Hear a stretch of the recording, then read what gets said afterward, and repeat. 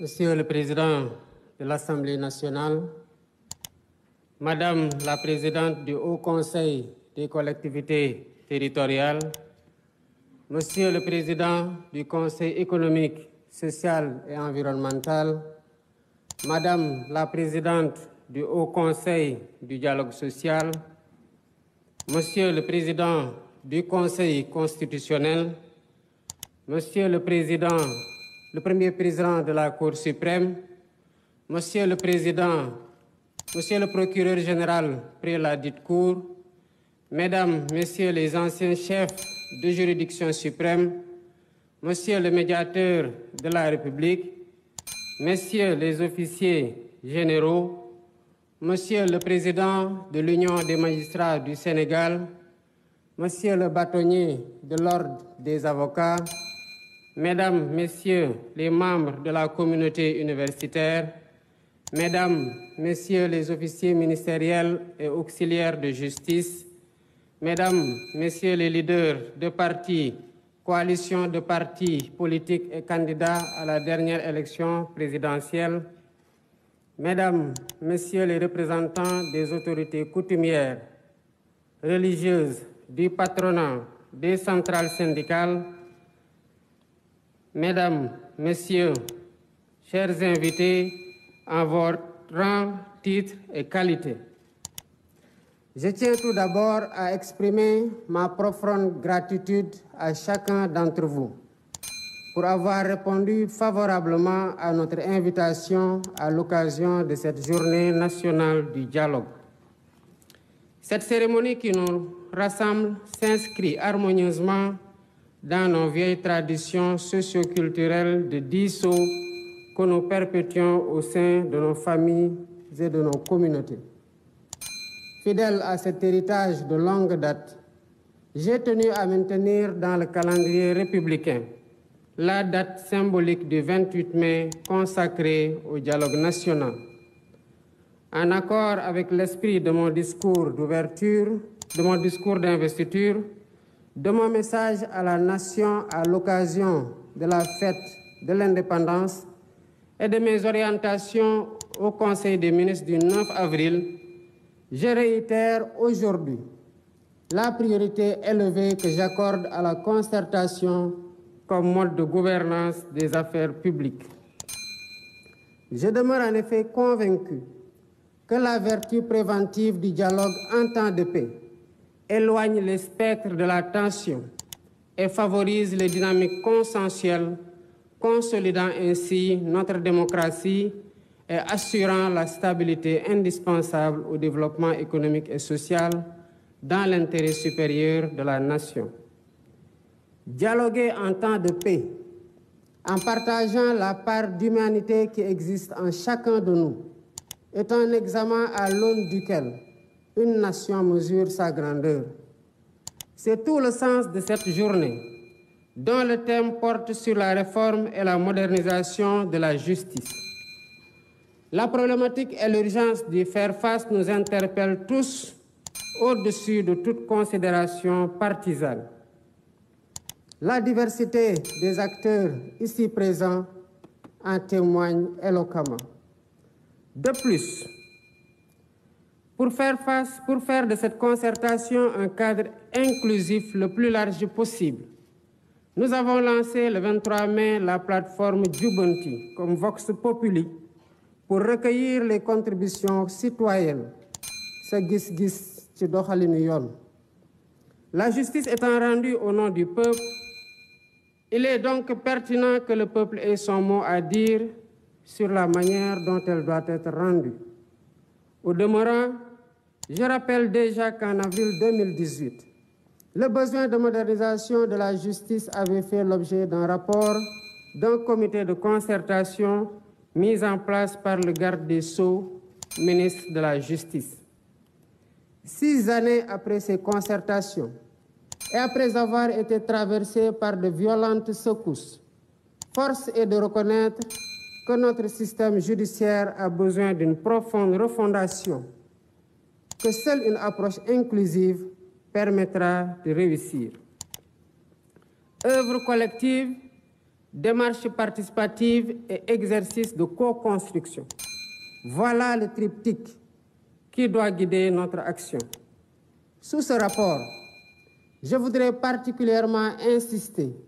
sur le fait que nous n'ouvrons donc pas ici un procès en inquisition pour désigner un ou des coupables à jeter aux orties. Il est plutôt question de tenir un débat lucide et serein, posé et apaisé, pour ausculter notre système judiciaire, identifier ses forces et faiblesses et rechercher ensemble les solutions aptes à refonder son fonctionnement et améliorer ses performances. Je ne reviendrai pas ici sur les principes fondamentaux de la justice dans un état de droit, sinon pour en rappeler la quintessence, à savoir la séparation des pouvoirs, l'indépendance, l'impartialité et l'intime conviction du juge, l'égalité de tous devant la loi, la présomption d'innocence, le principe du contradictoire, le droit à un procès équitable et l'habeas corpus, bouclier contre les arrestations et détentions arbitraires.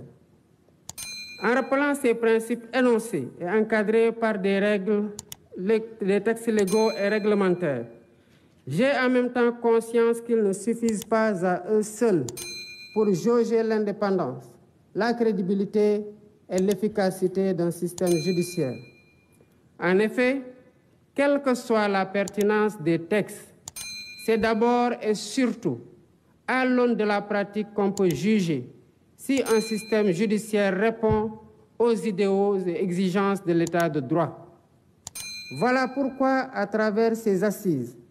nous voulons interroger notre système judiciaire en revisitant ses règles et mécanismes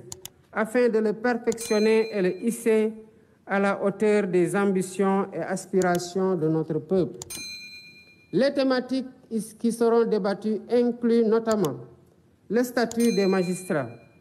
l'organisation et le fonctionnement du Conseil supérieur de la magistrature, la dématérialisation du service public de la justice et le numérique, le temps du procès pénal, le régime de la sanction pénale, le cadre juridique et institutionnel de l'administration pénitentiaire, les conditions de détention et de préparation à la réinsertion sociale des détenus, le régime de la privation de liberté, la prise en charge des enfants en danger ou en conflit avec la loi. La finalité de cet exercice est de nous aider à baliser la voie pour une réforme pragmatique de notre système judiciaire, afin qu'il inspire davantage confiance aux justiciables et préserve sa dignité. Pour ce faire, nous devons travailler à mettre en place un système plus transparent de gestion de la carrière des magistrats, à définir un régime de privation de liberté mieux encadré,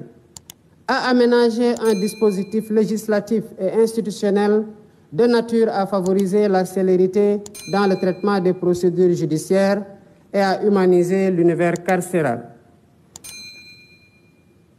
à instituer des plateformes dématérialisées et fonctionnelles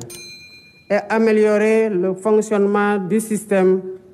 par l'allocation de moyens budgétaires suffisants et la poursuite du programme de construction et de réhabilitation des infrastructures. Il convient aussi de rappeler que pour bâtir l'état de droit que nous voulons, la réforme et la modernisation du système judiciaire ne doivent pas seulement se limiter au volet pénal, qui, il est vrai, polarise plus notre attention collective. Nous ne devons pas oublier les affaires civiles, dont la matière commerciale constitue une composante majeure, le droit du travail et le contentieux administratif, autant de domaines dont la prise en charge conditionne le fonctionnement de la justice. En portant nos réflexions sur tous les sujets à l'ordre du jour,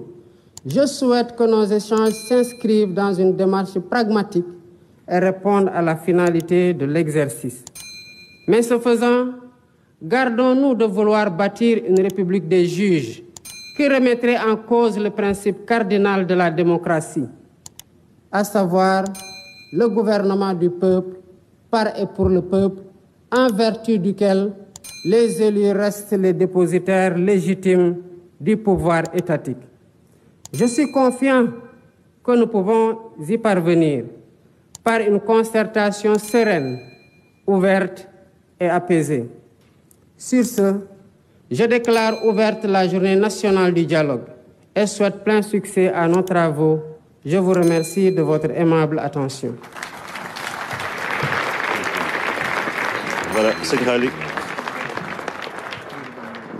Président Khali Nuyon bi. Waaw, defe naa ne Excellence, Monsieur le Président de la République.